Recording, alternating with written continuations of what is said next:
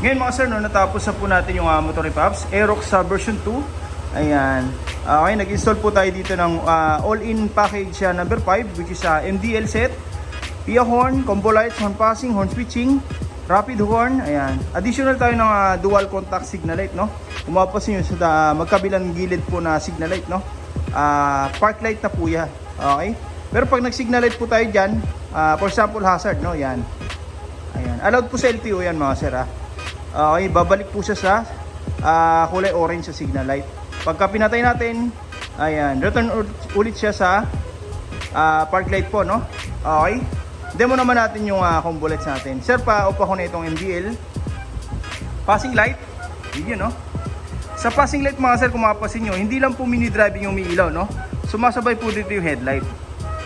Yan po yung difference ang gawa natin sa iba, no? Usually po nag-passing, mini driving light lang po yung umiilaw. Dito sumasabay po yung headlight. Okay. Ang maganda pa rito, pwede pa rin tayo mag-hilo ng headlight lang. Pwede rin tayo mag-hilo ng MDL lang. Separately nang hindi po nagsasabay-sabay, no? Pero pag nag-passing, automatic sabay po lahat yan. Okay. Hindi po tayo yung tipo nagtatap lang basta-basta ng MDL sa headlight, no? Yung tipo pag nag-high po ng headlight, sumasabay po yung mini driving. Hindi po ganoon mga sir, no? Okay, yung iba po kasi gano'n ang setup, tinatap po sa may high ng headlight. Ang tendency po, pagka nag-high ng headlight, sumasabay po yung mini driving. Hindi po gano'n mga sir, okay, sasabay lang po siya pag passing. Ayan, ang purpose natin dyan mga sir, kaya pinagsabay natin, no, para in case na nag-high tayo ng MDL, meron pa rin tayong headlight na magpapassing. Okay, for example, headlight naman yung naka-high, meron naman tayong MDL na papalit for passing, no. Ayan. May mga nagtatanong, sir, paano pag naka-on po lahat? May passing pa rin ba? Ayun, no? Meron pa rin po yan mga sir. Hindi tayo mawawala ng passing light, no? Naka-on man, naka-off, lahat ng ilaw natin, may passing pa rin po yan. Ayun, no? Sabay po ulit yan. Sir, busina naman, stock horn. Sa stock horn, kung mapapansin nyo, wala pong umilaw mga sir. Para pag nagpa-restro, fully stock, wala po tayo magiging violation, no? Wala rin pong rapid yan mga sir, Okay, pure stock pa rin po talaga. Sir, pa-activate naman ng loud horn. Sa loud horn, doon na po ilaw yung MDL plus headlight. Okay.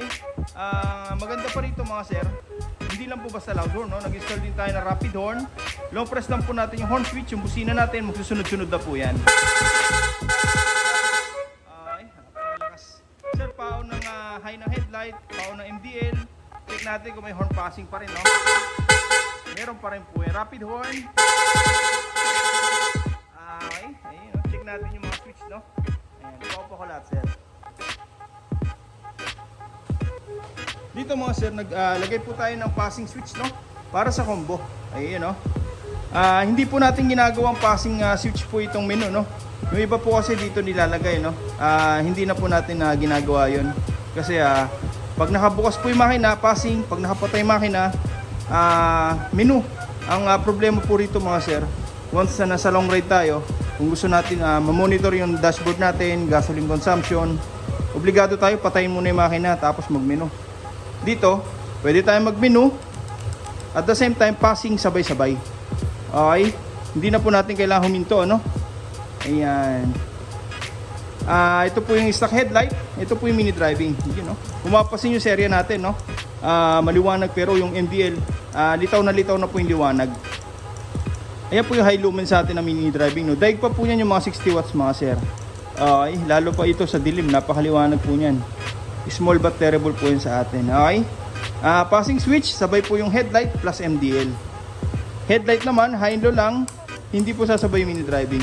Sa mini driving, ganun din po, hindi po sasabay. Pero pag ito po pinindot, automatic sabay lahat. Okay, stock horn, walang blinker, loud horn. Ayan, meron na po. Rapid horn. Ayan, no? Okay, long press lang po ito, no? Ayan. A few moments ago. Alright, Aerox 155 version 2. Yun sila sir, dumayo po rito sa shop. Bali, nagpa-install po ng all-in package number 5 po natin, no? Which is PIA horn. Ayan, dalawa po yan, no? Andito yung isa sa ilalim. Tapos yung ating mini driving light, ayan, plug and play na po yan, no? Bali, nakahanda na po lahat ng mga electrical wire, nakasalpak na po dito. Ayan, demo lang po natin, no? Naglagay po tayo ng domino switch dito. Ayan.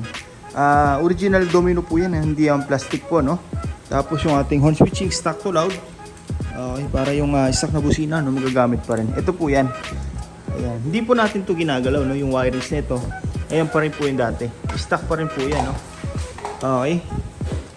Tapos, passing switch. Ito, naglagay na tayo dito. Ayan. Lahat po na nga nabanggit natin ng mga switch, mga sir. Sama-sama po yan sa isang harness. Ito po yan, no? Okay. Pababa po yan. Tapos, umigot yung chassis. And then, papunta na po yan dito sa ating power module. Siya po yung distributor ng power, no? Mula sa battery, papuntang trigger sa mga switch. And then, papunta na po ng output, mga sir. Denso po yan, no? Made in Japan po yan. Kaya matibay talaga. Marami na tayong customer na installan po na ito, no? 5 years ago, mga sir, hanggang ngayon okay na okay pa rin, no? Ayan, pagka meron po tayo nito, mga sir, hindi po tayo magkakaroon ng overloading sa wirings o yung tipong fluctuation, no? Okay, dahil po yan dito. Wala na po tayo makikita kung ano ng mga relay po na nakasalpak dito. Lahat po yan nandito na. Okay, Denso, power module, distribution ng power, anti-overloading, ayan. Andito na rin po yung rapid horn, passing switch, passing signal, combo lights, andito na po lahat. Okay, ayan. Kung mapapansin nyo, mga sir, marami na tayo na-install, oh, pero kukunti lang po yung makikita nating wirings. Ito po yung pinopromote natin, mga sir. Ginagaya po natin yung stock ng Yamaha, malinis, walang pansit-pansit. Lahat po yan naka-harness. Okay, hindi po yung tipong maglagay lang ng busina, pamunog na, okay na. Sa ilaw, mapailaw lang, okay na. Dito, mas pinapriority natin yung quality po ng gawa, no? Ayan, ginagaya natin lahat ng manufacturer ng motor. Standard po, binabalot lahat para pang all weather, no, pang matagalan. Umulan umaraw, hindi po tayo mangangamba na baka magkaroon ng malfunction, no? Dahil pag walang balot. Okay? Tsaka kung sakali magpapagawa tayo sa mga mekaniko, for example, mga nobela natin, hindi po sila mahirapan, mga sir. Kasi wala po mga wiring na sagabal, ano? Na pagka walang balot, pwedeng masugatan, mag-cause ng sunog. Wala po tayong makikita mga nakasuksok dito ng mga wire, no? Malinis po yan, mga sir. Okay. Iniiwasan natin yun. Pwede po kasi mag-cause ng sunog yan, mga sir, no? Okay. Ngayon, lahat po ng wirings natin naka-intact na po, nakahinang sa loob bago natin balutan, no? Para walang kalasan po. Meaning, kahit matagtag yung motor, so malubak man, hindi po tayo magkakaroon ng loose contact. Then after nyan, ayan, naka-rubberized tape na po lahat, no? Okay. Ayan, no? Para safety. Okay. Tsaka naka-shrinkable tube na po yun sa loob, no? Bago natin balutan. Okay. Ngayon, ikakabit na lang natin yung mga pairings. Tapos tetesting na natin, no? Sa mga gusto pong magpagawa, punta lang po kayo dito sa shop. First come, first serve po tayo. Maraming salamat po.